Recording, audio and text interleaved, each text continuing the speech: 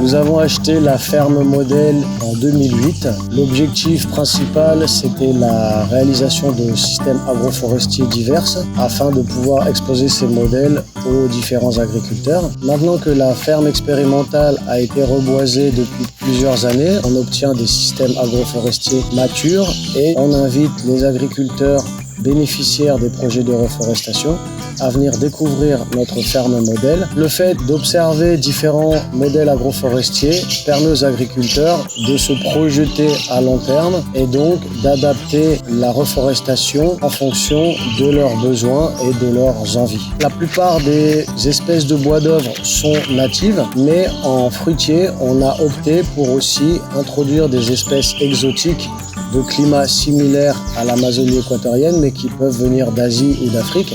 Et donc ces agriculteurs, ces bénéficiaires ne connaissent pas les fruits. La visite de la ferme expérimentale est un bon moyen pour eux de découvrir ces fruits et donc d'avoir encore plus de motivation pour les planter par la suite.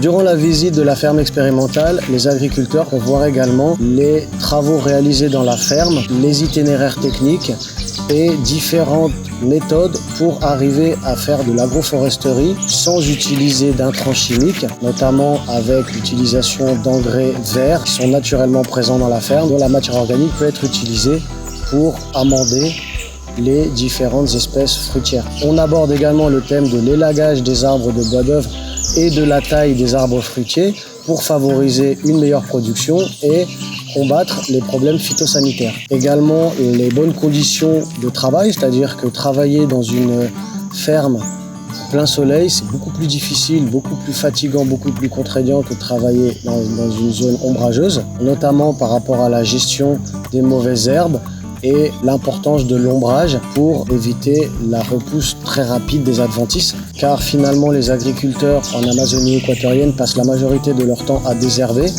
et délaissent bien souvent la partie amendement et taille qui permet d'obtenir des bons rendements. Donc la visite de cette ferme expérimentale par les agriculteurs leur permet de se rendre compte de tous les avantages de travailler dans un système agroforestier organique.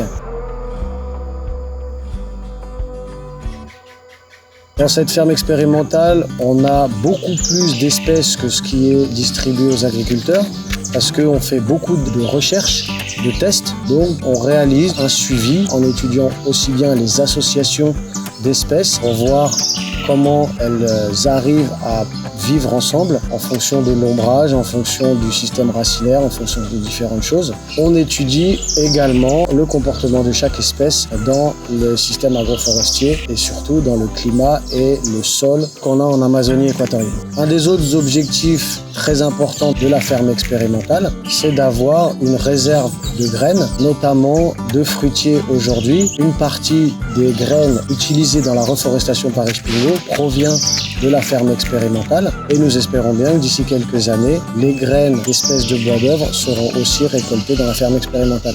Ce qui nous évitera tout le travail à réaliser pour récolter ces graines dans les forêts primaires qui sont malheureusement de plus en plus déforestées.